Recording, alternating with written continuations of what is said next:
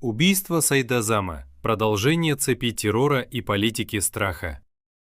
Прошел ровно месяц со дня ужасающей и трагической церемонии похорон Сайдазама Рахмонова, 29-летнего таджика, которая повергла общество страны в состояние шока. Власти Таджикистана до сих пор не сделали никаких заявлений и не отреагировали, хотя СМИ и социальные сети, в частности Ислох, прямо и категорично объявили виновными в убийстве этого юноши Комитет государственной безопасности и лично его председателя С.С. Ятимова.